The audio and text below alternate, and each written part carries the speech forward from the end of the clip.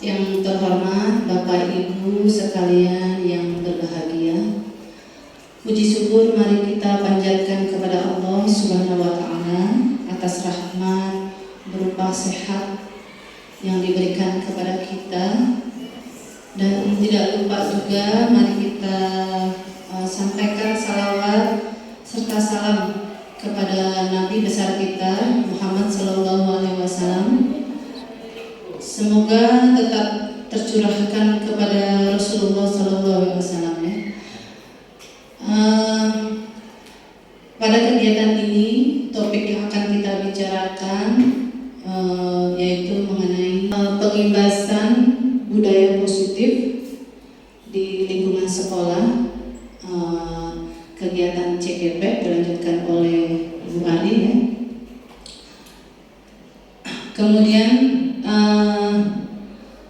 nanti ada beberapa susunan acara yang akan saya bacakan, diantaranya yaitu pertama pembukaan, yang kedua pengimbasan budaya positif di lingkungan sekolah. Kegiatan CGP dilanjutkan oleh Bu Ali ya. Kemudian dengan penyampaian tentang materi budaya positif di lingkungan sekolah, dan yang berikutnya adalah sesi tanya jawab dan ditutup dengan doa penutup. Itulah rangkaian kegiatan yang akan kita lakukan pada hari ini. Dan yang pertama acara, mohon maaf tadi saya lupa ya. Oh ya, sebentar. Ya, yang pertama rangkaian kegiatan yaitu adalah pembukaan. Acara pembukaan ini marilah kita mengucapkan Bismillahirrahmanirrahim untuk membuka acara hari ini. Mangga dipersilakan.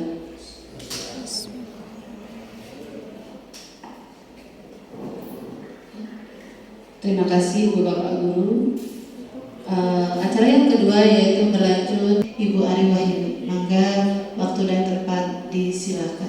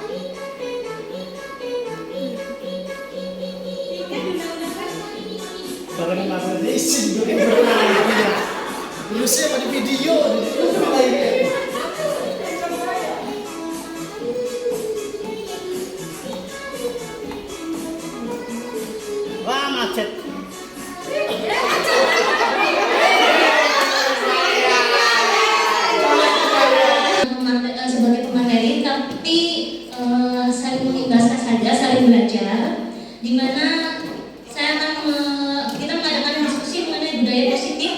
Ada 5 posisi kontrol dan segitiga restitusi. Apakah itu? Kita saksikan dulu ini ya.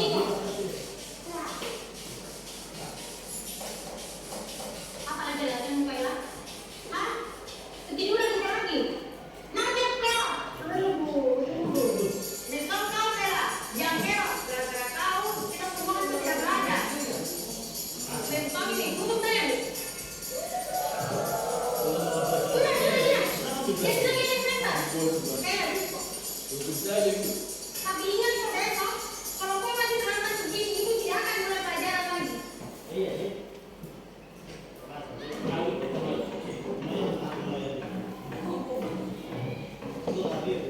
Selamat pagi anak-anak.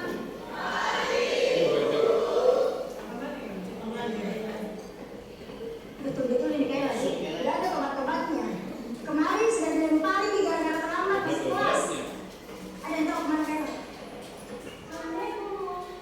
Oh, Ustaz, terlambat. Tidak usah bayar asli. Berdiri ke depan.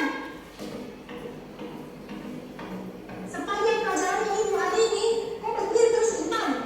Nenek terlambat, Seng.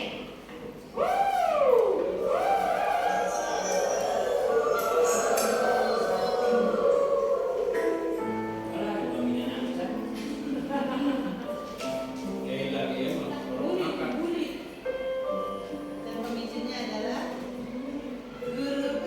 gurunya kita sadari ya kan?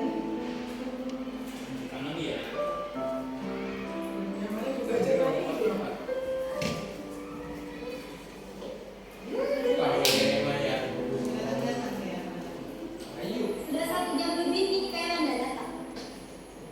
Kira-kira ada yang tahu kemana kayak? Mungkin hari ini tidak masuk ibu, karena aku tidak kasih surat orang tuanya. Anak Anda itu bersimulasi. Tentang pulangnya udah panggil. Bullying.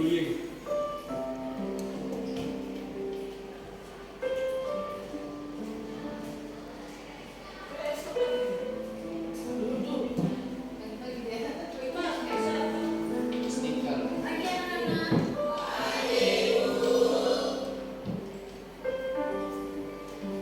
Masuk ke kelas. Dan terlambat mau lagi.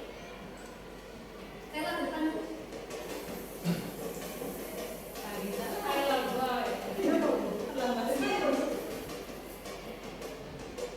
Hari ini saya tidak terlambat kok dan kenal serta buku. Kok tidak masuk kok? Sekarang jelaskan kok pada kita semua di sini kenapa kok selalu terlambat dan malam hari pun tidak masuk. Kayla, jelaskan kok. Bicara kok. Kayla.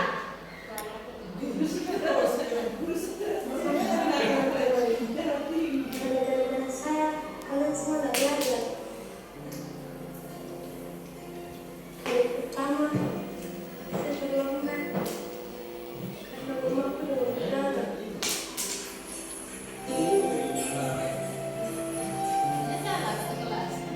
Harus diantar ke rumah sakit sebelum saya sekolah.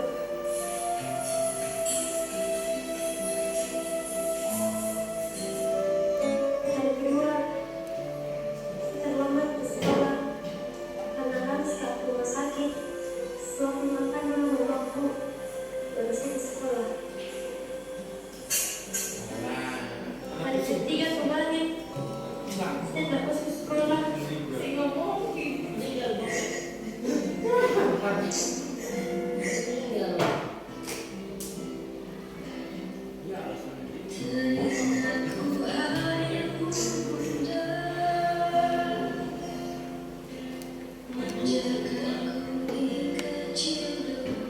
Saya berpikir membuat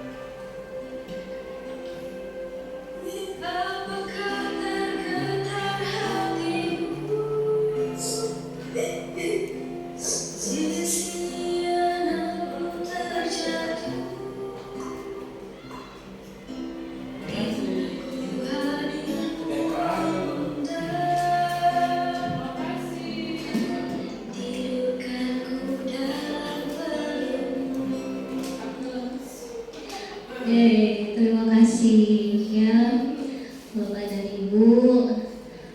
Yang jadi pertanyaan, pernahkah kita mengalami hal itu? Mungkin dengan cerita yang berbeda yang pernah dialami oleh siswa kita di sekolahan. Ada yang mau barangkali punya cerita sedikit aja. Berarti ini apa? Mengenai apa? Kesalahpahaman. Ya, kadang-kadang kita sebagai guru tidak melihat siswa itu kenapa bisa melakukan itu tanpa menanyakan alasannya. Kadang-kadang seperti itu. Kita seringkali mudah mengejudge bahwa ya udah kamu itu begini, ya salah gitu. Apa yang kamu lakukan itu salah. Udah gak usah sekolah lagi. Kalau misalnya nggak bisa masuk dengan tepat waktu, ya kadang-kadang seperti itu, dan itu tanpa kita sadari semua. Padahal apa? Mungkin di balik itu ada alasan tersendiri dari siswa. Nah di sini coba ada pertanyaan ya, menurut Bapak Ibu setuju atau tidak setuju? Yang pertama, hukuman dapat mendisiplinkan anak. Setuju atau tidak setuju?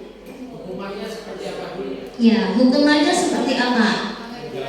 Enggak. Maksudnya Pak Nur? Dia memberikan hukumannya seperti apa? Misalkan siswa itu berbuat salah. Hukumannya itu seperti apa ya? Yang pasti hukuman, jadi hukuman secara umum ya. Di sini hukuman secara umum. Sebenarnya hukuman kepada siswa itu setuju atau tidak setuju? Nanti dibahas setelah ini.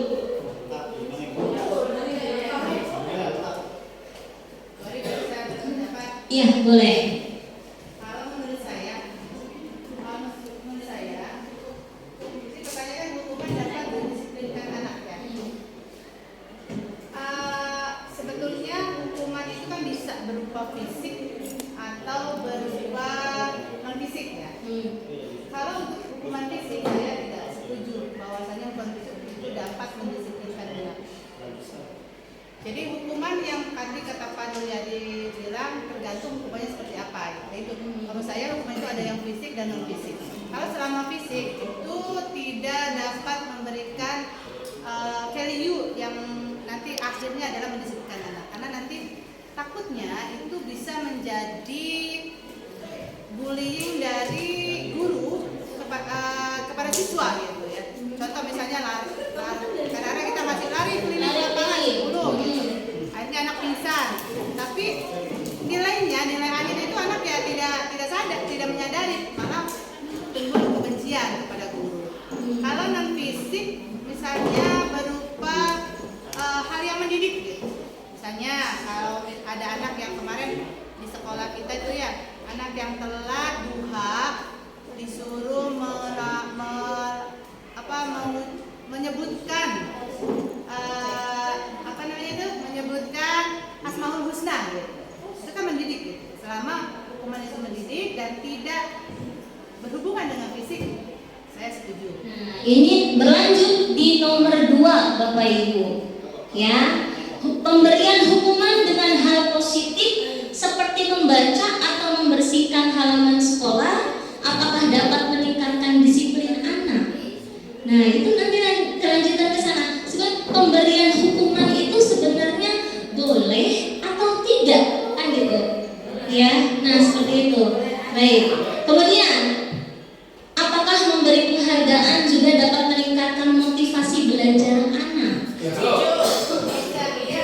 Bisa iya, bisa tidak, ya. Baik, kita lanjutkan.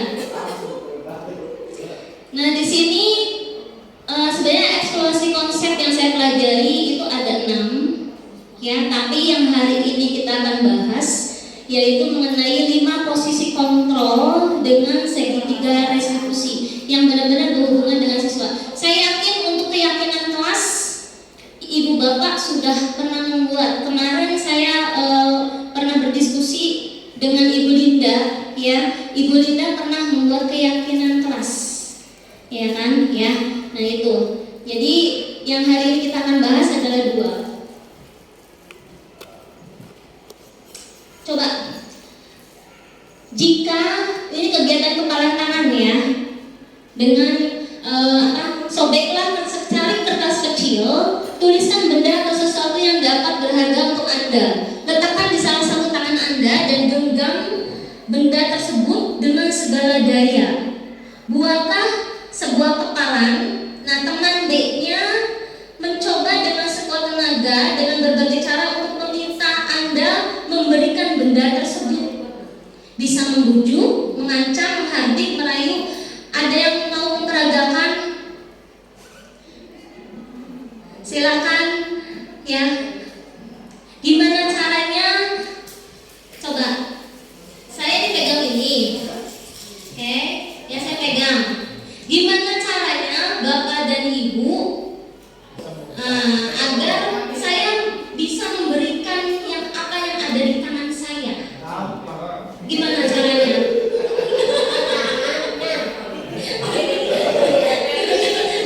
Dikritikin. Gimana? Saya bisa tugas mereka Diapain? Hal lain? Kalau saya nggak mau?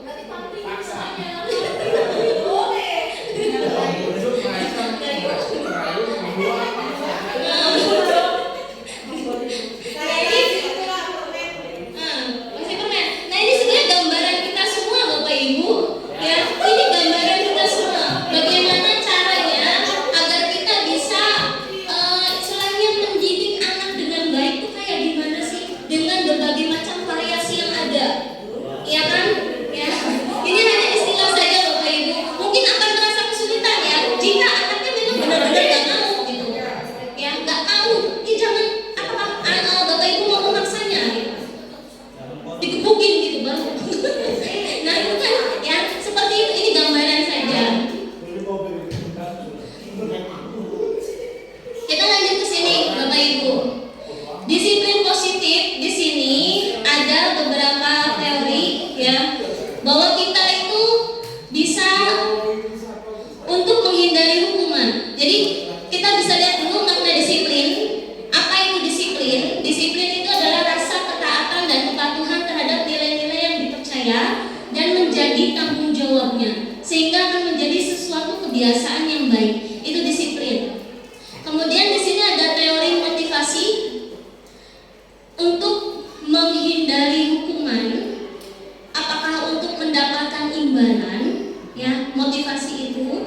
Kemudian untuk menghargai diri sendiri, ada nilai-nilai kebajikan universal dan termasuk keyakinan kelas. Nah ini hanya peta konsep di mana disiplin positif yang seharusnya Bapak dan Ibu guru pahami ya sebagai guru gitu. Makanya kita harus terus belajar di sini. Saya lewat ya. Nah ini paradigma teori kontrol. Bahwa guru katanya bisa mengontrol murid, betul tidak? Dengan cara apa? Pemaksaan? Iya. Bahwa kita katanya guru itu bisa mengontrol murid.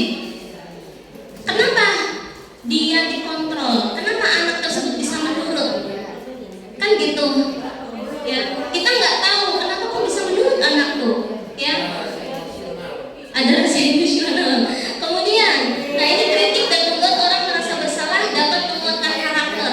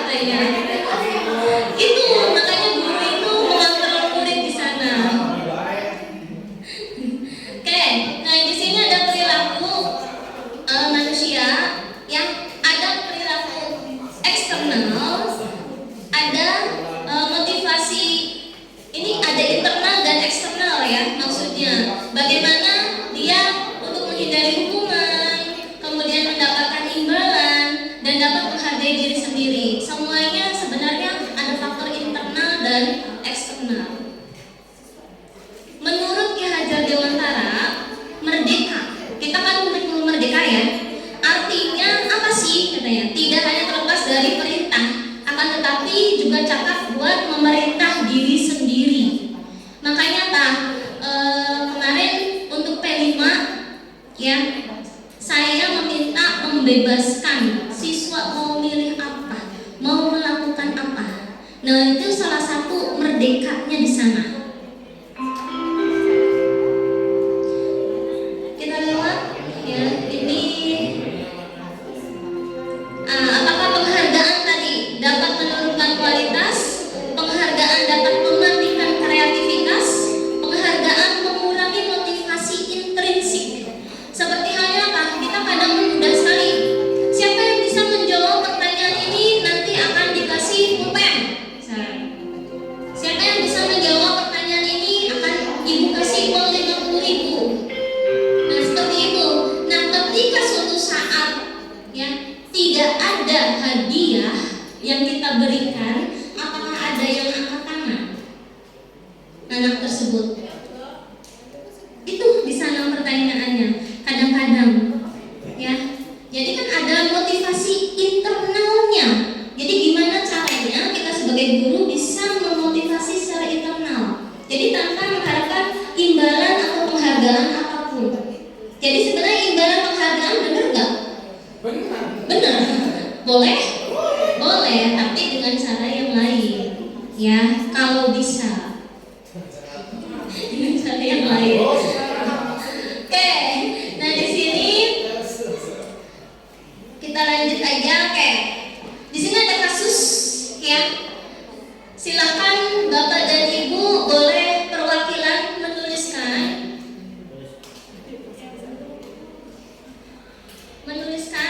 Saya minta pendapatnya.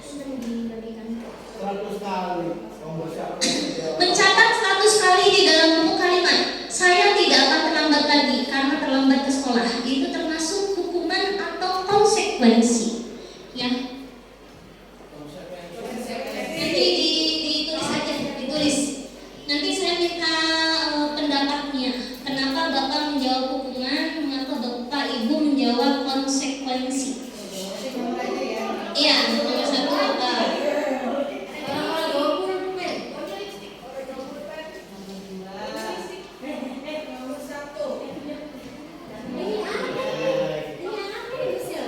Nomor 2, lari mengelilingi lapangan basket 2 kali karena terlambat hadir di sekolah. Itu termasuk hukuman atau konsekuensi?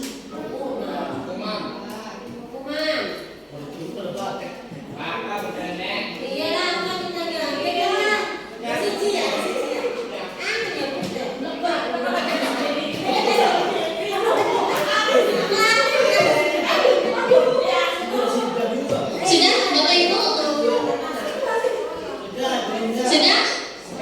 Nomor 1, siapa yang mau berpendapat? Gak apa-apa, kita sama-sama belajar. Pak Surito. Tes. Ya. Terima kasih kepada Bu Ari untuk menjawab nomor 1, yaitu konsekuensi. Ya, kalau konsekuensi, kalau menurut saya itu 100 kali itu lebih ringan, karena saya di lapangan sebagai tim K3 ya anaknya duduk saja, sudah dibersihkan WC, nyapu, ngepel, ya itu mah gampang 100 kali. Wah, ya. Kalau bisa ya, itu gampang. Jadi perlu kadang-kadang kita sebagai guru itu mohon maaf, saya membaca suatu artikel kenapa Vietnam itu lebih maju daripada Indonesia. Ya, ternyata saya membaca artikel suatu media Vietnam itu ternyata ada kewajiban siswa dalam semi militer. Iya, ya sehingga kedisiplinannya itu lebih maju daripada kita. Kita itu guru yang mohon maaf ya, terlalu lemah dalam terus banyak gini banyak diskusi-diskusi, ya menyalahkan ketika kita sedikit tegas, tapi tegas yang berkemanusiaan, ya tegas berkemanusiaan. Artinya kita punya batasan-batasan kekuatan siswa itu sampai di mana, bukan harus seperti itu, lebih tidak Bu. Jadi kalau seandainya 100 kali itu menurut saya adalah konsekuensi, bukan hukuman. Iya, betul. Terima kasih Pak Surito. Yang kedua, siapa yang mau mencoba? Nanti kita akan bahas ya. Yang kedua, Panu. Yang kedua, nggak apa-apa, jawab aja. Kita sama-sama belajar di sini. Ya.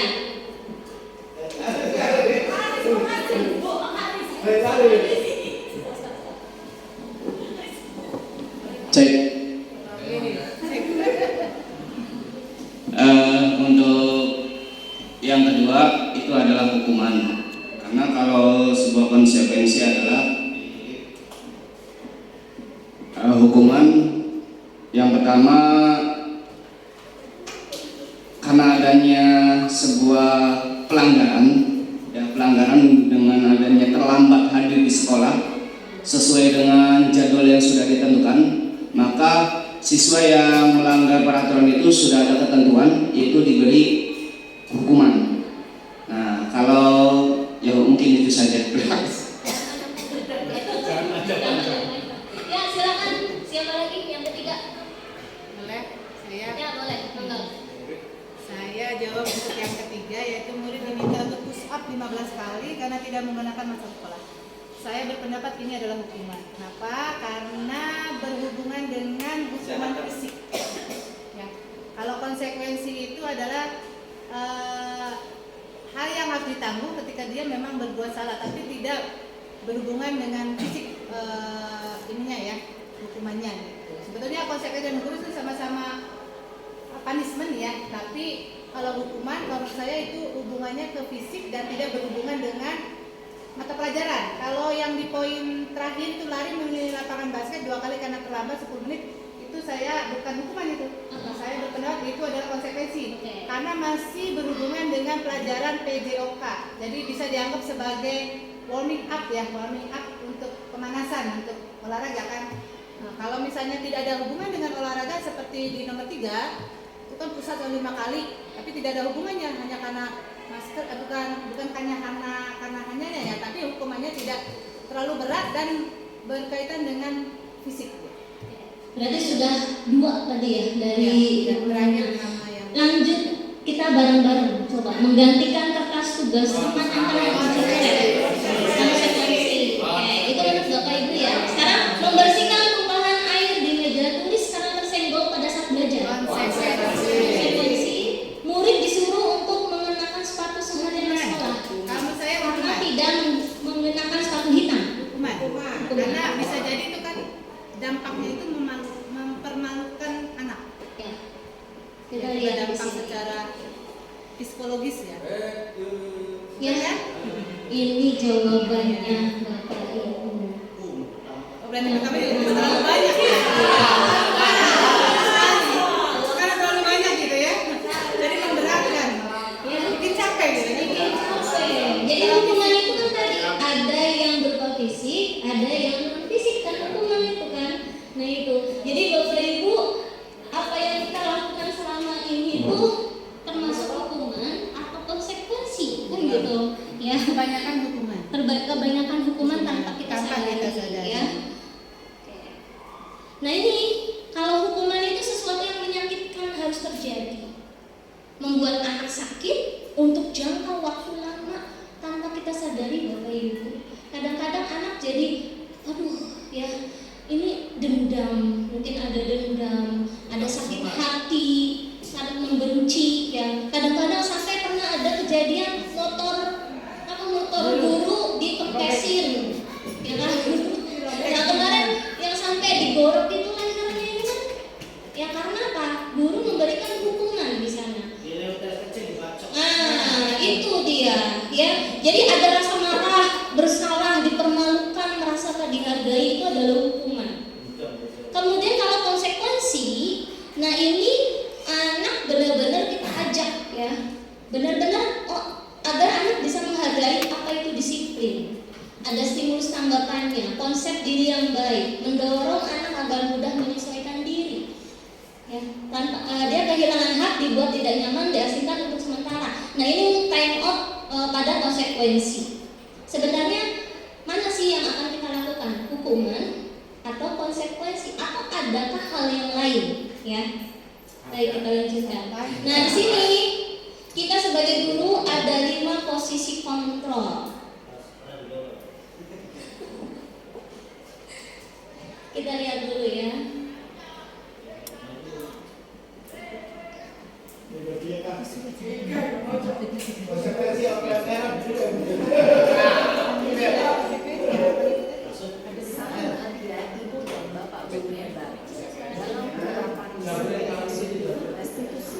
Salah satu program yang dikembangkan adalah posisi kontrol.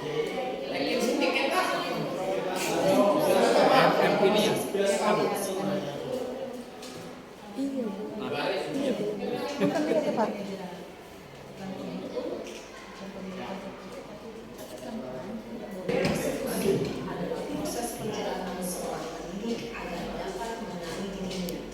Pada video kali ini kita akan membahas tentang 5 posisi kontrol yang dikembangkan oleh Nadia sebagai contoh penerapan.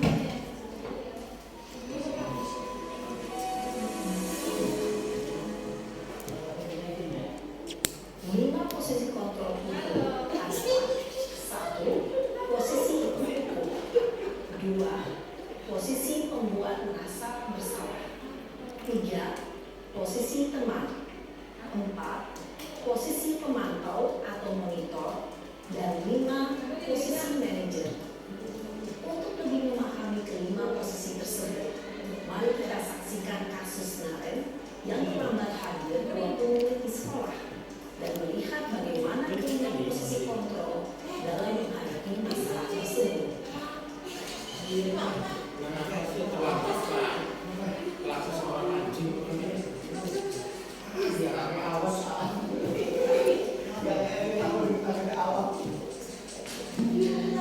Nah, ini posisi kontrol untuk penghukum ya.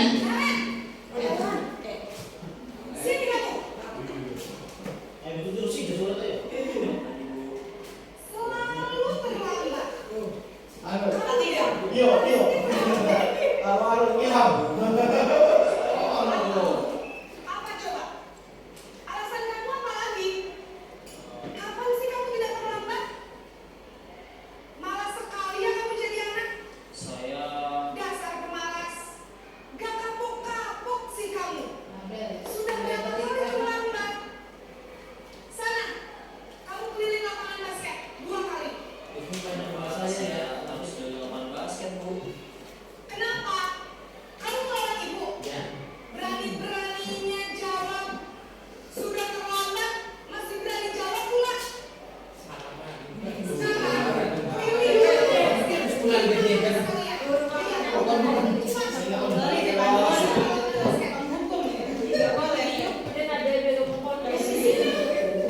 Berbicara dengan nada tinggi, menghakimi, menunjuk-nunjuk, menyakiti, dan menghina. Hukuman bisa bersifat fisik maupun psikis.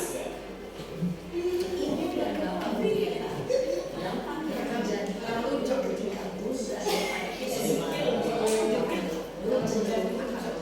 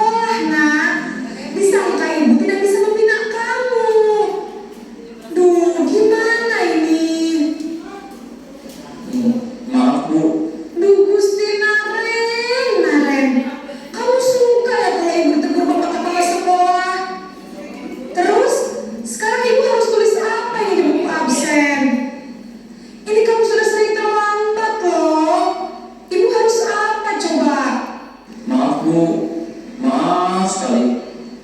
Ya sudah, lain kali jangan bikin ibu susah lagi ya nak ya. Ibu tidak akan kuat lagi kalau kamu begini terus. Bisa jantungan kalau ibu tegur bapak kepala sekali. Sana cepat kelas. Maaf ya Bu, maaf sekali. Posisi pembuat rasa bersalah berbicara dengan nada tenang, cenderung lembut, namun kata-kata yang diutarakan membuat merasa menjadi orang yang gagal, memandang buruk dirinya sendiri, merasa tidak berharga, dan tidak sanggup membahagiakan orang lain. Ketika guru mengambil posisi pembuat rasa bersalah, murid akan menganggap dirinya yang bersalah dan ia akan menyimpan emosi negatif tersebut di dalam dirinya.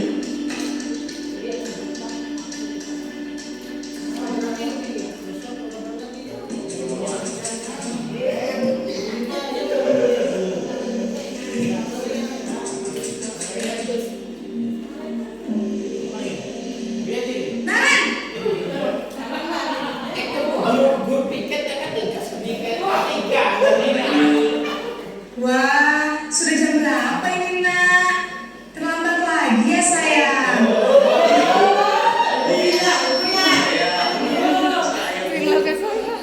Kamu malah menyalahkan ibu kamu. Kamu bukannya anak yang larinya paling kencang. Kok terlambat sih? Iya Bu, saya memang terlambat bangun tadi. Jadi biarpun saya lari kencang, tetap gak kejar Bu. Ya sudah sayang, nanti lain kali larinya lebih kencang lagi ya. Jadi senang ibu, demi ibu, bisa kan? Bisa. Ya sudah sayang. Awas, Ada les aja. jangan terlambat lagi. Besok terlambat lagi ya. Dalam posisi tenang, guru berbicara dengan nada suara ramah, cenderung bersenda gurau untuk menjaga suasana tetap santai. Murid akan merasa senang, aman, dan akrab dengan guru. Identitas yang dicipta adalah identitas sukses atau berhasil. Namun, perlu diingat, karena ini masih dorongan eksternal, maka ada faktor ketergantungan dari murid kepada orang tertentu. Di sini, guru absennya, sehingga di lain waktu, murid bisa berperilaku baik, namun hanya kepada orang-orang tertentu saja.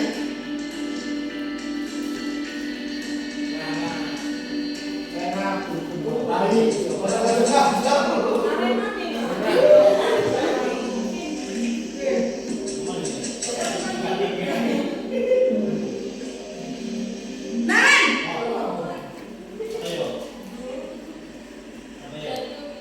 Selamat pagi Bu.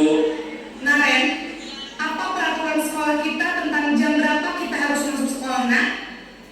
Kita harus di sekolah jam 7 Bu. Iya betul, sekarang sudah jam 7.20. Naren sudah tahu konsekuensinya jika terlambat hadir. Paham Bu, saya harus tinggal kelas pas jam istirahat selama 20 menit. Iya benar, konsekuensinya demikian. Jadi nanti jam 9.30 pas istirahat, kamu harus tinggal di kelas, kerjakan tugas tambahan untuk ketertinggalan kamu, ya? Baik Bu. Posisi pemantau mengandalkan penghitungan atau data untuk mengontrol murid. Guru mengarahkan murid berdasarkan peraturan dan konsekuensi. Seorang pemantau menunjukkan bahasa tubuh dan ekspresi wajah yang datar dan cenderung formal.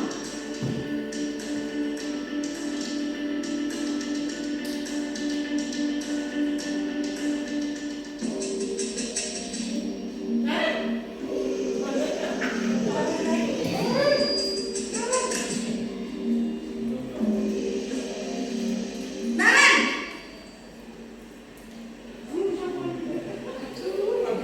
Selamat pagi Bu. Selamat pagi Naren. Maaf Bu, saya terlambat. Iya, sekolah masuknya jam 7, sekarang sudah jam 7.20. Jadi sekarang bagaimana ini Naren? Maaf Bu, saya lupa setelah alarm saya semalam. Baiklah, menurut kamu, keyakinan sekolah yang mana yang perlu kamu tingkatkan,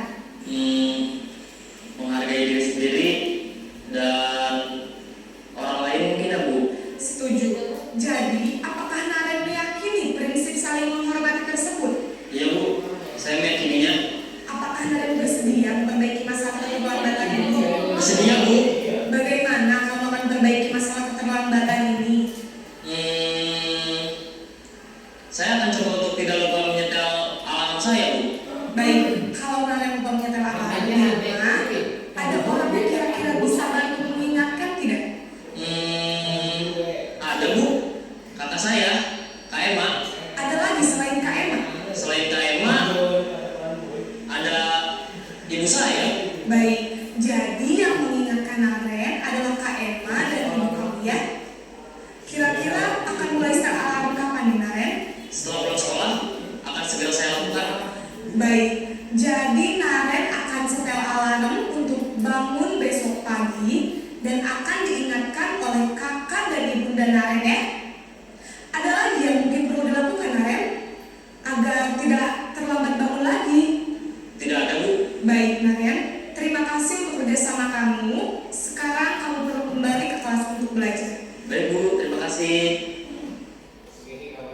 Posisi manajer adalah posisi kontrol yang disarankan untuk membimbing murid memiliki sikap disiplin yang positif, yaitu murid yang mandiri, bertanggung jawab, dan dapat memecahkan masalah. Tujuan dari posisi ini adalah agar murid dapat berefleksi atas tindakannya. Guru akan terus memberikan pertanyaan-pertanyaan bermakna, sehingga membuat murid dapat belajar dari kesalahannya dan mencari sebuah solusi untuk menyelesaikannya. Ibu dan bapak guru hebat, setelah mengamati adegan kelima posisi kontrol tadi, kira-kira posisi mana yang paling ideal? Posisi mana yang dapat menunjang motivasi intrinsik murid? Ya, tentu posisi manajer. Posisi ini memang posisi ideal yang ingin dituju setiap pendidik. Pada posisi inilah, guru dapat menerapkan disiplin positif yang berpihak pada murid, yang memerdekakan murid. Perjalanan seorang pendidik tentunya tidak mudah untuk sampai pada posisi seorang manajer. Namun, tujuan kita pasti, yaitu menciptakan murid-murid yang mandiri, merdeka, dan bertanggung jawab. Semoga penggambaran 5 posisi kontrol yang telah diperlihatkan ini dapat menjadi ajang refleksi bagi kita semua, agar dapat terus mengasah dan menerapkan disiplin positif yang memerdekakan murid. Mari terus berlatih dan bersemangat. Selamat menerapkan. Salam dan bahagia, Ibu dan Bapak Guru hebat.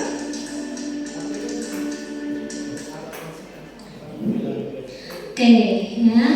Sekarang Bapak dan Ibu guru sudah sedikitnya menambah pengalaman. Bagaimana Bapak dan Ibu dapat bersikap mulai saat ini setelah belajar. Kita sama-sama belajar ya. Saya sendiri pribadi masih belum sempurna untuk melakukan itu, tapi saya sudah berusaha memperbaiki diri. Seperti halnya kemarin ya, saya sudah mulai menerapkan pembimbingan kepada siswa-siswi saya secara bergantian, jadi 4 mata. Kemudian mengetahui apa sih yang mereka istilahnya ada kendala apa gitu selama ini. Kalau misalnya ada kendala, silakan bercerita. Kenapa kamu jarang masuk? Kenapa ini dan itu ya? Semuanya saya tanyakan. Masih belum ada perubahan, tapi setidaknya saya sudah mengetahui alasannya di balik itu, Bapak Ibu. Ya, nanti tinggal ada pembimbingan sesi kedua yang belum saya lakukan. Ya, jadi bertahap sudah Bapak Ibu. Ini kita nggak bisa langsung langsung merubah anak begitu saja, tapi semuanya membutuhkan proses. Ya, nah di sini sebagai pembuat merasa bersalah, penghukum, teman, pemantau, manajer, ya tentunya kalimat-kalimat ini belum tampil ya.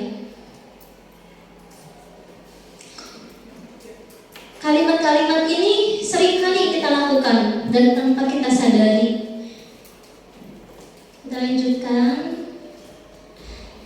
Nah, nanti lanjutannya ke sini Bapak Ibu, ke segitiga restitusi. Setelah kita mengetahui letak kita sebagai lima kontrol, ya mau yang mana gitu.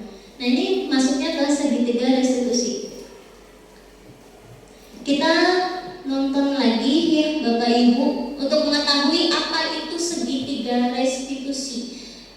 sini saya memberikan materinya itu menggunakan kasus ya.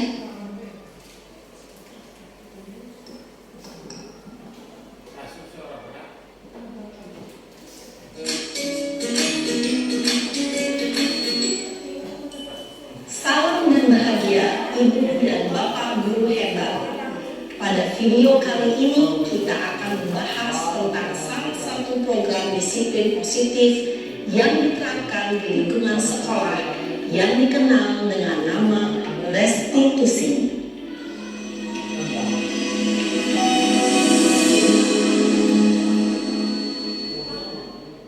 Restitusi dikembangkan oleh pakar pendidikan Diane Gosson berlandaskan pada teori kontrol Dr. William Glasser.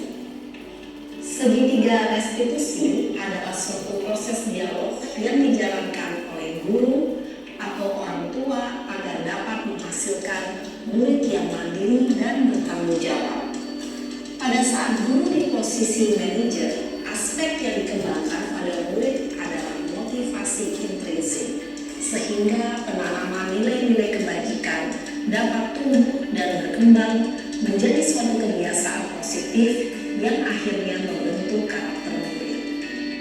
Proses dialog ini terdiri dari 3 langkah yang digambarkan pada ketiga sisi pada segitiga restitusi.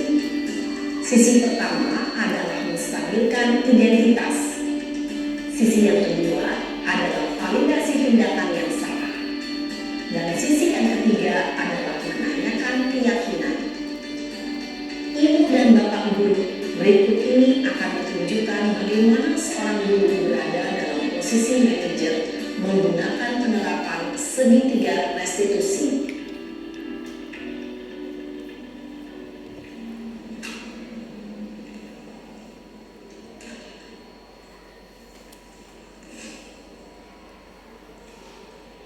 Siang Sarah.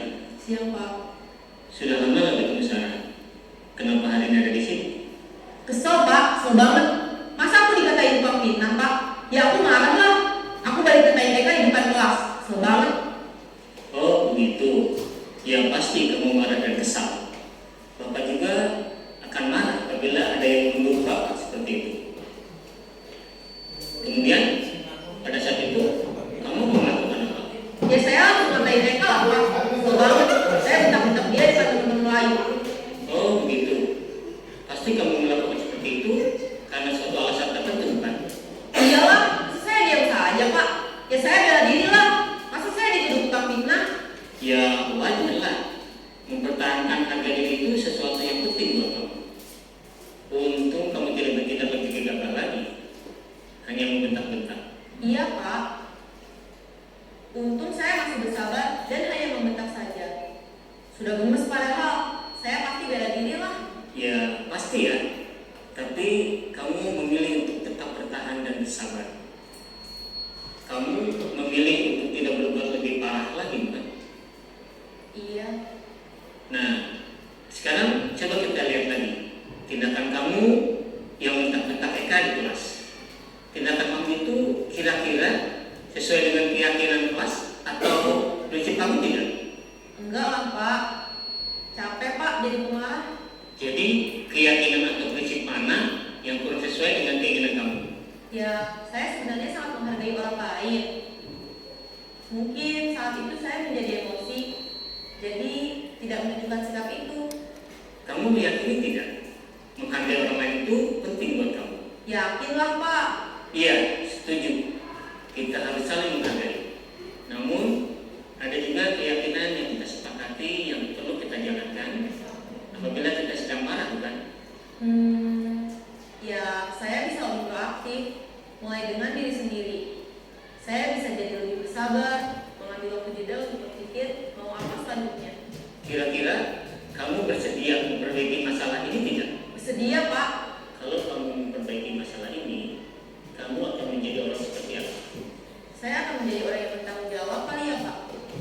Dan senantiasa proaktif. Iya, menurut kamu bagaimana rasanya menjadi orang seperti itu? Ya nyaman lah, bangga bisa bersabar dan menahan diri. Baiklah kalau begitu. Yuk kita pikirkan bagaimana memperbaiki masalah ini.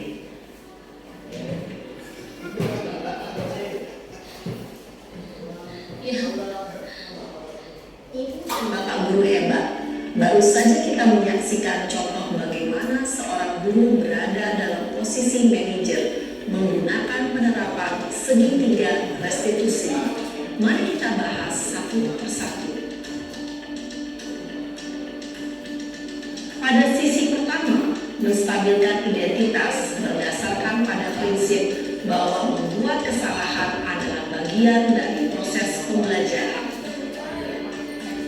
Sisi pertama dari segitiga ini berperan menggeser identitas murid dari identitas gagal ke identitas sukses.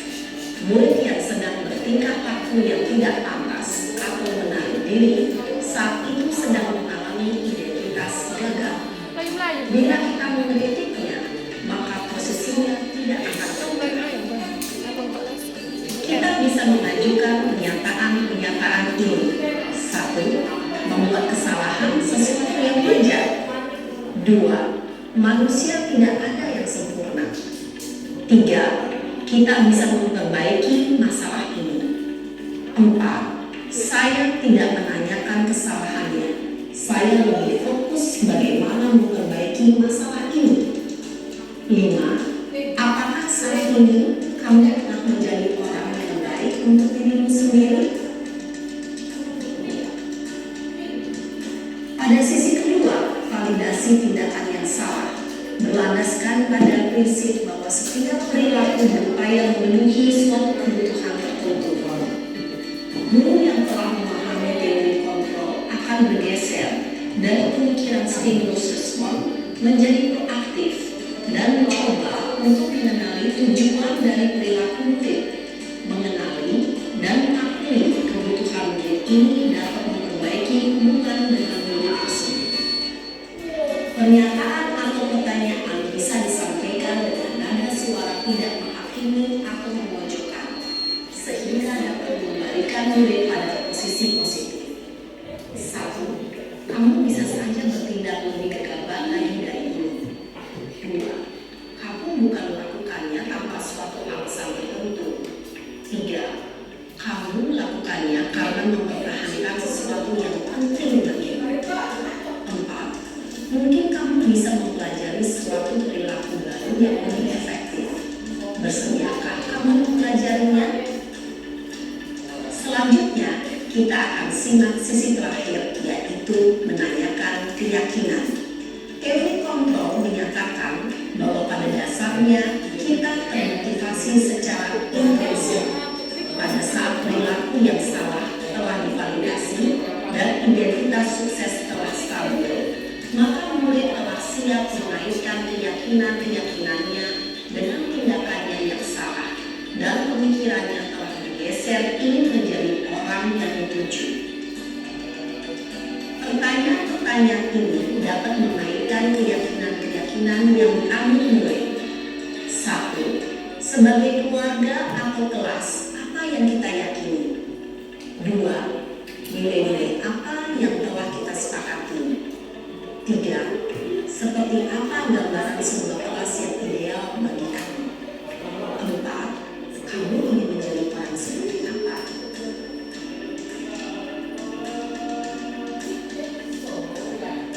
Dalam menerapkan segitiga restitusi, perlu memperhatikan beberapa hal, yaitu 1. Perilaku yang salah perlu dikaitkan dengan nilai-nilai atau keyakinan-keyakinan yang telah disepakati atau dituju. 2. Kesediaan orang yang melakukan kesalahan untuk memperbaiki masalah. 3. Pemecahan masalah sebisa mungkin relevan atau memiliki hubungan dengan masalah yang ada. 4. Usaha perlu adanya suatu usaha perbaikan dari pihak yang membuat kesalahan. 5. Waktu perlu mendedikasikan waktu dari pihak yang membuat kesalahan. Tanyakan apa berulang nilai yang melakukan kesalahan. Oke, ya, Bapak dan Ibu. Berarti bisa ngepas ngeset. Materi kita terakhir yaitu segitiga restitusi. Nah, di sini ya saya harapkan setelah apa yang kita pelajari hari ini, mulai dari 5 posisi kontrol kita sebagai guru, kita akan pilih yang mana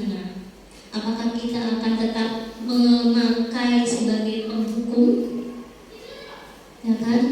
Atau apa tadi? Apalagi menghukum sebagai teman, sebagai pembuat rasa bersalah. Kemudian apa lagi? Manajer, pemantau. Ya, kita pilih mau yang mana. Dan untuk penyelesaian masalah anak, kita gunakan segitiga restitusi ini mulai dari saat ini, kalau bisa. Memang prosesnya nggak instan, enggak. Ya, karena saya juga berproses. Jadi yang namanya merubah pola pikir, merubah intrinsik seseorang itu butuh proses. Nggak hanya cukup sekali 2 kali. Saya pernah kemarin menanyakan, Pak, bagaimana kalau misalnya sampai akhirnya ya anak tersebut tidak juga mau berubah? Nah, kita tanyakan konsekuensinya, terakhirnya, catatannya apa? Kayak kemarin maaf ya, saya membuka sedikit mengenai Michelle. Ya, mungkin Bapak dan Ibu guru tahu kasusnya, dan saya sudah mencoba menggunakan segitiga restitusi ini. Dan ada perjanjian antara saya dan Michelle. Mungkin nanti saya akan informasikan kepada Bapak Ibu guru yang lain. Dia memang ada di sini nanti untuk materi yang lain. Itu sebenarnya ini kebutuhan dasar manusia. Jadi siswa bukan hanya kita, siswa juga mempunyai kebutuhan dasar manusia. Mana yang kita butuhkan? Nah, ini di sini rasa kasih sayang dan rasa diterima, penguasaankah, kesenangan atau kebebasan di sana. Ya, kebutuhan hidup terutama. Jadi yang dialami oleh siswa saya, kasusnya itu adalah kebutuhan hidup yang tidak bisa kita rubah begitu saja. Solusinya ada untuk kelanjutannya. Mungkin saya akan misalnya gini, saya akan menganjurkan untuk sekolah ketika SMA SMK, dia bisa mengambil, anak tersebut ya, bisa mengambil lanjutan untuk sekolah terbuka, SMA terbuka, karena nggak bisa sambil bekerja. Nah, itu solusinya di sana. Jadi kita nggak bisa ngejudge anak, kamu mas, udah nggak usah berangkat lagi. Nah, akhirnya Pak, siswa menjadi membenci gurunya. Nah, itu. Jadi mulai dari saat ini, kasus apapun, sebesar apapun, yang guru wajib mengetahui siswanya masing-masing. Silakan melakukan pembinaan itu dengan baik. Kita sama-sama belajar di sini, ya Bapak Ibu. Oke, untuk forum diskusinya kayaknya tadi kita sudah sambil diskusi. Insya Allah Bapak dan Ibu guru sudah paham akan materi kita hari ini. Kita saling koreksi, saling berefleksi diri. Akan apa sih kita menjadi guru yang bagaimana mulai saat ini?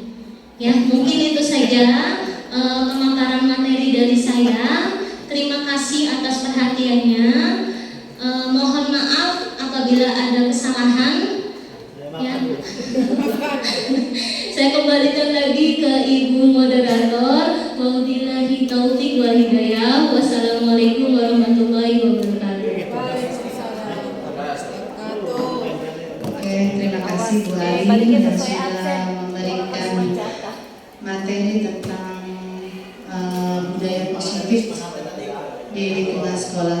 Kalau boleh saya merangkum dari materi hari ini, bahwasannya kita sebagai guru ada 5 kontrol yang bisa dilakukan oleh guru. Di antaranya adalah si pemberi hukuman, kemudian si pembuat rasa bersalah, sebagai teman, pemantau, dan manajer. Dari 5 posisi kontrol guru tersebut, untuk penerapannya diharapkan kita ada di posisi manajer, dan mungkin kadang-kadang boleh menerapkan di posisi pemantau, di mana di situ ada pemberian konsekuensi. Ketika ada konsekuensi berarti ada peraturan yang disepakati. Itulah gunanya kesepakatan kelas di dalam kelas. Jadi nanti ketika kita menghadapi sebuah permasalahan di kelas kita selaku wali kelas, kita bisa merestitusi gitu ya.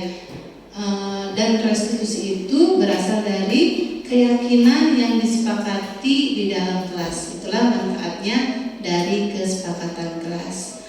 Baiklah Bapak Ibu, kita sudah di ujung acara, yaitu acara penutup ya. Sudah tidak ada sesi tanya Ibu ya. Baiklah, untuk menutup acara ini mari kita bersama-sama mengucapkan Alhamdulillah. Alhamdulillah. Terima kasih atas kehadirannya hari ini. Semoga ilmu